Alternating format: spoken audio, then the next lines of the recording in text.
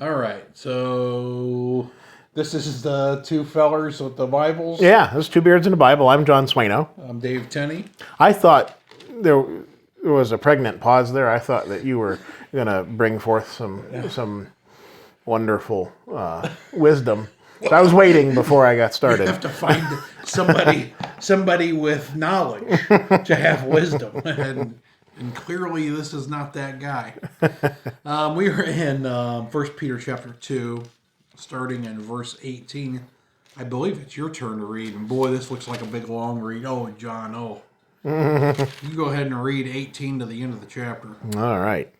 So starting at verse 18, it says, "Servants, be submissive to your masters with all fear, not only to the good and gentle, but also to the harsh. For this is commendable. If because of conscience toward God one endures grief, suffering wrongfully, for what credit is it if when you are beaten for your faults, you take it patiently? But when you do good and suffer, if you take it patiently, this is commendable before God. For to this you are called, because Christ also suffered for us, leaving us an example that you should follow his steps, who committed no sin, nor was deceit found in his mouth, who, when he was reviled, did not revile in return, but when he suffered, he did not threaten, but committed himself to him who judges righteously, who himself bore our sins in his own body on the tree, that we, having died to sins, might live for righteousness, by whose stripes you were healed.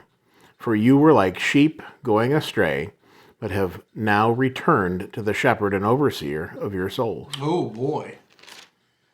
Lots of interesting things in here. Of course, this group that Peter's talking to, obviously there's going to be some slaves that were in this church. Right? They obviously had some sort of religious freedom, or their masters were Christians as well. Hard to say. I guess the other way you could take this is, John, I'm a public servant. Did you know that? Yeah. So, Yeah. so I think about that myself. I'm a servant, just in a different way. Right. But we got to be submissive to those that are over us. And the thing this is all of these I don't know, up the first like 5 verses are talking about how do we handle things when we're persecuted. Yeah. I know when I'm persecuted, woe is me. Right? That's exactly where I'm going. Well, and it's difficult. It's. I guess it wouldn't be persecution if it was easy. Yeah. It's difficult to. It's a humbling thing. Yeah. When you have troubles, but also we have to remember, like we talked about in the last episode, I believe it was. I had pointed back to the idea that Israel clamored for a king, and they wanted someone to lead them. They did not want to follow God directly, and so God gave them that, and out of that came all the things that we see today. Yeah. And throughout history. Out of that came mankind enslaving other men. Yes. And all of those things that happened in that hierarchy of power. And I think it's interesting that God recognizes, he gave mankind that authority to the leaders, that there would be leaders in amongst men. And so God recognizes in some way that authority, even between a master and a slave. And it's not that it's right. It's not that these things are right and proper. It's not an endorsement, but God has set things in order. And again, his purpose is beyond the things of this physical earth. Yeah. So he wants us to concentrate on heaven, yeah, and on Christ, and not on the things that happen to us here on this earth. We just, unfortunately, there are going to be some times in our lives, and perhaps some people's entire lives, where they're in a situation that they would be nice if they weren't. Take away our modern banking system and laws about finances, and take away the prohibition to have slaves, and Right. you'd have slavery so fast it'd make your head spin. Mm-hmm. Slavery's been used lots of times throughout history because it was part of the ancient economic system. Right. So it wasn't just even there was that permitted in the old law. Mm-hmm. Of course there was a time limit on it. Mm-hmm. But if you got yourself in trouble, Yeah. Yeah. and you couldn't pay back a debt, one option might be to go to some rich dude and say, "Listen, here's my situation. I'll do whatever needs done for the next 10 years. Yeah. If you take care of this debt, I'll be a slave to you." Yeah. They would enter into this agreement. Now, go ahead. Well, and we have things like you pointed out with our modern banking system and our modern laws and so on. It's maybe whitewashed that a little bit. It has. But in some ways, you're still enslaved to some point to those things that you put in your life. Yeah, if you have a mortgage, it isn't like you can just not pay it. You Right. won't have a place to live. Right. And there are things that there are things that are proper about those things, and there are of course people that take that aspect of humanity and try to use it for their exploit it for their own purposes, and that's where you run into the nasty end of slavery and that happened. Yeah, I mean that's in the why past. there are some instructions on how masters and slaves are supposed to have a relationship with each other. Yeah, yeah, So it's just not completely ignored in the Bible. right. So he says here, he points out the fact that Jesus did nothing wrong, but Jesus endured. He endured beatings and everything. He could have stopped those things at any moment. Yeah, He endured those things, and we should endure in the same manner. right. Yeah, he did not revile in return, verse 23, when he was reviled. When he suffered, he did not threaten, but committed himself to him who judges righteously. So he allowed these things to take place. I mean, and when you put, and that's our example that we are supposed to do. It's, it is a situation where it becomes difficult. It becomes difficult for us as human beings. We want to have this. We have this sense of right, that we feel that we need to be treated a certain way, and I think that's probably especially true in our country. We get a little bit puffed up, and we want to exact revenge. Right. Absolutely. There's. I was telling the brethren at Medina on Sunday that in this last week, that I helped a family member move, and there was a situation that happened between the one of the maintenance fellows in one of these buildings and me, and I really wanted to exact some revenge on him for the way he was treating me and acting, but that wouldn't have done any good. No. And you can't allow yourself to get wrapped up in those things.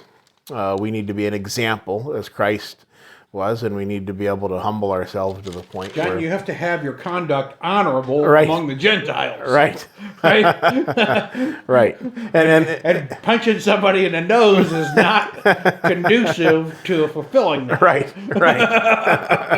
and that is just just simply the way we have to think about these things. Life's not always going to be easy, and it certainly wasn't for Christ. But he was the perfect example. Yeah. Oh, yeah. Of the way we should conduct ourselves. I got a friend. Actually, you know him because his name's John too. He went with us last night. He had this fella that had stored a bunch of stuff, I forget, big hunks of concrete he put in one of his fields. And John said, "Oh yeah, you can keep them there for a little bit till I forget what he told him for like 6 months. Yeah, it's okay." Well, 6 months come and gone, 8 months come and gone, 9 months come and gone. He went and told the guy, he said, "Hey, listen, you need to get that stuff out of there or I'm going to send you a bill." "Oh, I'll get it out of there."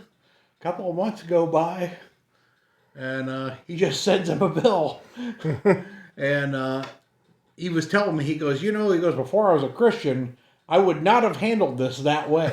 He goes, Right. after 6 months, he goes, "I'd have been all over that dude." But he goes, "I just kept giving him more and more, and finally I'm like, well, I'll send him a bill." And Yeah. I guess what happened is like he paid the bill and then he moved all the stuff. Uh-huh. Yeah. So John said, he goes, "Yeah, I gave him a $50 off because he got the stuff out." So Yeah. And that we should be those that follow that example of Christ, even though realize that Christ was he was tempted in all ways like we are, and so imagine what he wanted to do. oh yeah, exactly. And ultimately, he understood that Yeah. the Father's will needed to be done. I mean, Jesus said that he could have called legions of angels. Yeah. If you think about how much damage one angel could do, Right. thousands of them would be able to wipe out the earth easily. Yeah. Yeah. But he didn't do that. Right. And he endured all of those sufferings because he put God's will above his. Right. So I guess the lesson here is that's what we ought to do too. Mm-hmm. Right. So if we get mad, we're not going to we're not letting our light shine by doing that. Right. So all a lot of this stuff it's really it's just really commentary on some really basic lessons. Yeah. Yeah. Yep. And we have the example of in verse 25 of sheep going astray.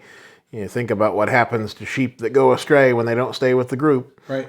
They get killed. Yeah. Right. They get carried off by a wolf. All right. Let's look at chapter 3. I'm glad it's just me and you here.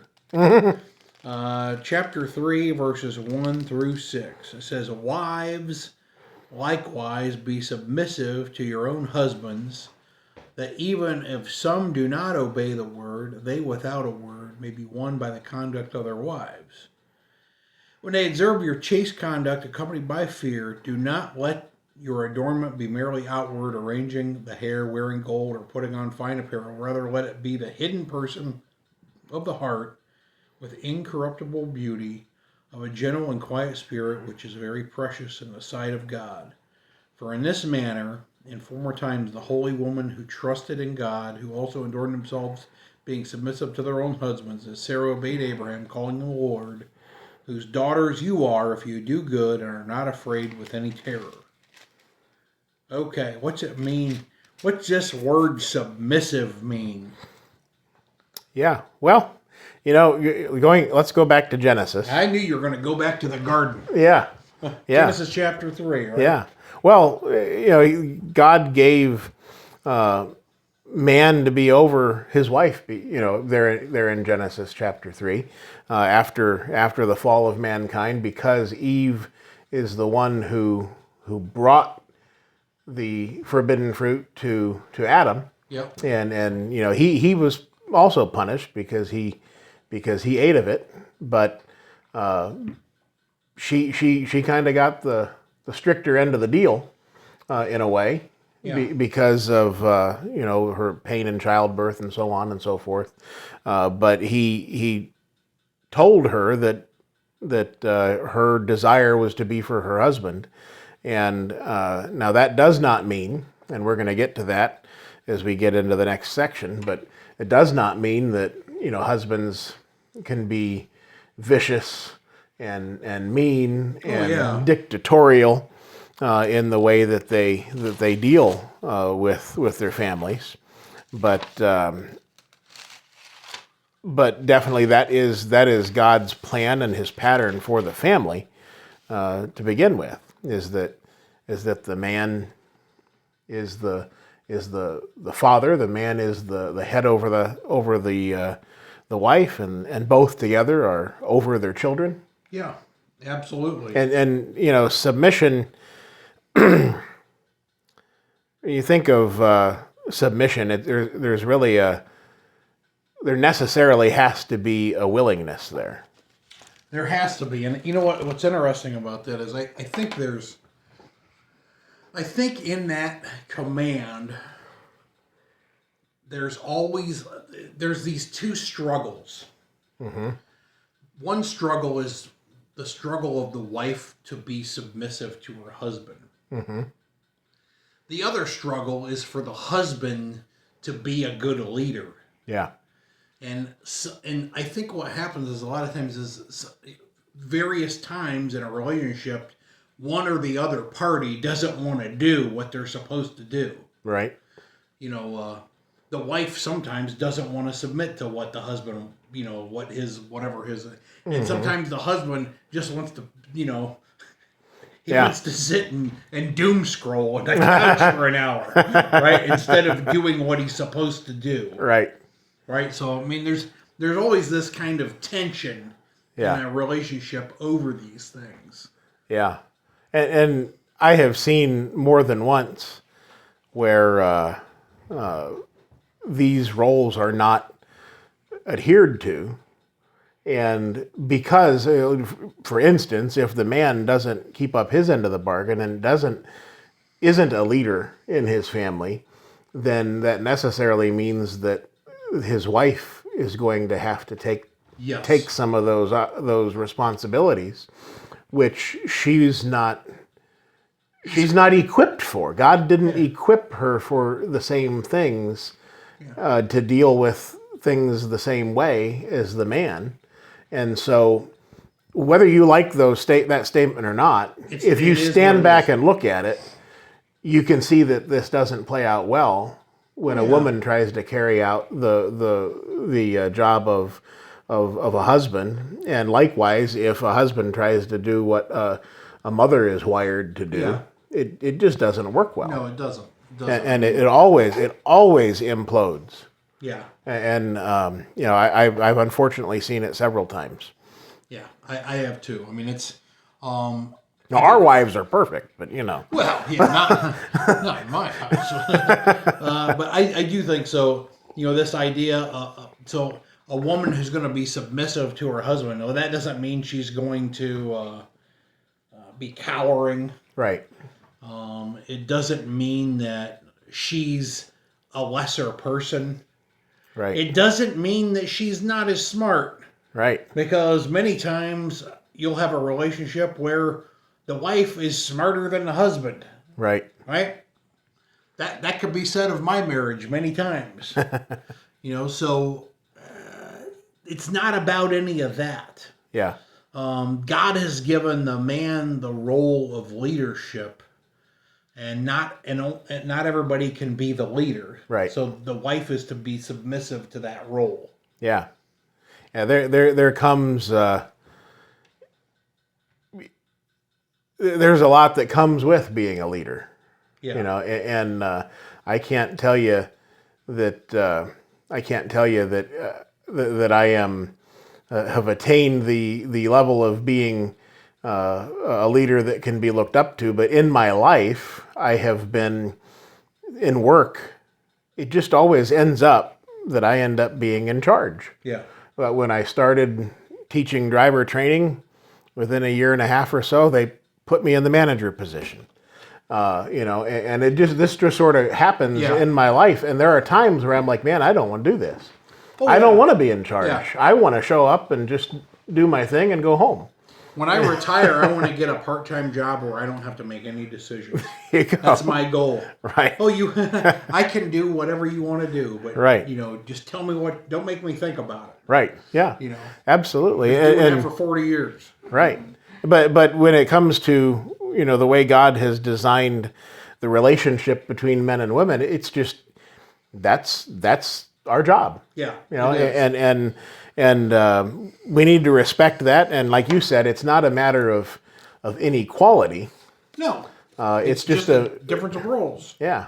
There's one thing that needs to be done, and there's two parts of it. Yeah. And they're equal, and one without the other just isn't going to work. Yeah. So he talks about a woman who has an unbelieving husband. Mm-hmm. Right. He says even if someone do not obey the word, he says they without a word may be won by the conduct of their wives. I have seen that in action. Oh yeah.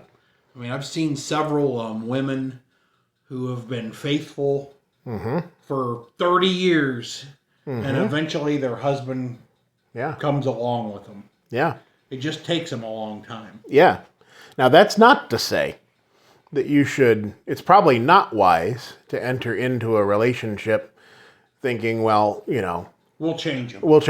Yeah. because that often doesn't happen. But you're right that the scripture said it first, and it is absolutely possible. Yeah. That and in many cases likely, if the wife is a good example and is leading through her actions, leading the husband to think on these things, then very likely it's going to work out that way. Absolutely. I think about this. So, I have worked in an organization that is ran by women, and my boss has been a woman for 20 some years, and she's been a great boss. But women have to, in the workplace, they have to lead in a different way than men usually lead to be successful. I think most of the time if a woman comes into an organization and she's like a bull in a china shop, it isn't. She's not only are the guys not going to like her, but all the women are going to hate her too. Yeah. So that's not going to work. Whereas sometimes a guy can come in and he can make some real hard decisions and be a little more aggressive, and people will kind of get behind that to a point. But of a woman, a leader, then what I've seen is the women that have led best in my work situation are the ones who, I don't know of a good way to put this, but they are gentle in their leadership. They'll say, well, this is what I'd like to do. How do you think we could, how could you help me get this accomplished, or could you take care of this one part of it? Right. It's just a different. Yeah. Where a dude might come in and say, all right, John, you go over here, you do this, this, and this. Yeah. And then you do, they'd be way more direct and more, right. And I think guys can get away with that and gals can't. Right. Yeah. Yeah, there's undoubtedly differences, and we have to respect that. Oh yeah. And it's the way God made us, and it's we have to get past our own emotion and realize that, again, it's not, God didn't create us unequal. Right. There's just differences. Yeah. And if you think for a moment that women are, weaker, right, you're thinking about it wrong. Yeah. Physically maybe, but let's not be stupid. Women are very strong and are very, very much able to assert their abilities. Yeah. And be very helpful. Yeah. Along the way. And this is speaking about the marriage relationship. Yeah. It's not speaking about the work relationship or whatever. Right. The things I was saying are just like my observations of working with women for 25 years. Right. Well, and I was thinking, I probably don't have enough fingers and toes to count the number of men that I know in the church who are or have been elders in the church whose wives were Christians first and led them to Christ. Oh yeah, absolutely. Yeah. I mean, it's you cannot diminish the the value of a strong, godly wife. Yeah, absolutely. Yeah. Yeah. So and then he talks about the way the woman dresses, right? Mm-hmm. He talks about her adornment not being merely outward, right? So it's not just. He clarifies. He says arranging the hair, wearing gold, or putting on fine apparel. Mm-hmm. So don't let that be. Don't let that be your personality. Is not the way you look. Yeah. But it's the way you act. If you're only pretty because of the outward stuff you put on, Yeah. Then that's Then you're doing it wrong. Yeah, you've missed it. Yeah. Right. So I've seen, and I know you might not want to join me in this statement, but I've seen so many women throughout the years that are by the world standards beautiful on the outside, but are some of the ugliest people that I've ever met. Oh yeah, because exactly. because their adornment is merely outward. It is. That's it. And Yeah. so we certainly don't want to. Men don't want to do that either. We don't want to be superficial in our adornment. Yeah. Yeah. I mean, there's nothing worse than a good-looking gal who knows it. Yeah. But just keep on walking, right? I'm thinking of a song, but I'm not going to mention it. So he says, rather let it be the hidden person of the heart with the incorruptible beauty of a gentle and quiet spirit, which is very precious in the sight of God. So, if you wanted to be approved of by God, it's going to be by your behavior. Now, this is a lesson that applies to men too. Right. It's our behavior that's going to endear us to God. Yeah, and we're going to see that in the next episode. Yeah. Good grief. Right. So, actually, I think we'll get through that. He says, for in this manner in former times, the holy women who trusted God also adorned themselves, being submissive to their own husbands, as Sarah obeyed Abraham, calling him Lord, whose daughters you are, if you do good and are not afraid with any terror. So he basically, Peter's using Sarah, Abraham's wife, as the example of how one ought to obey. Yeah. Right. Now, and as you think about that, there's not, her obedience maybe wasn't perfect. No. but overall, neither was Abraham's. Right. Right. So there's room for humanity there. Absolutely. But certainly overall and in the end, Sarah and Abraham worked towards the will of God. Yeah. Now listen, there are 6 verses talking about submission to husbands. There's only one verse, a word to husbands.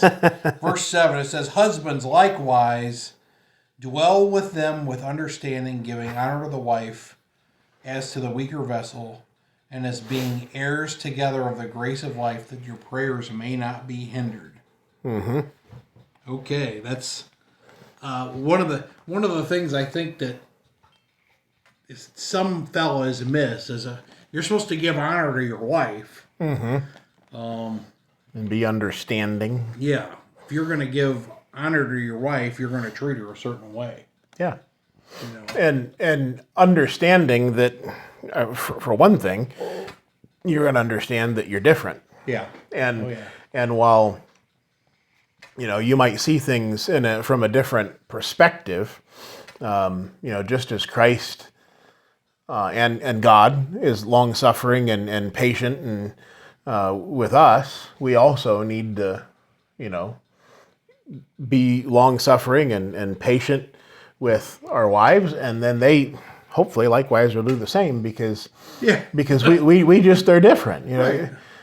We can look at something and see 2 different ways to do something, and absolutely, and we have to both that idea of dwelling with them. Yeah, because it says you're being heirs together of the grace of life, that your prayers not be hindered. Yeah. So if you're not patient, and if you don't dwell with understanding with your wife, and if you don't help each other, Right. then that puts you in some kind of place with God that he's not happy with. Absolutely. John, we'll stop right there. All right. We'll see you again next time.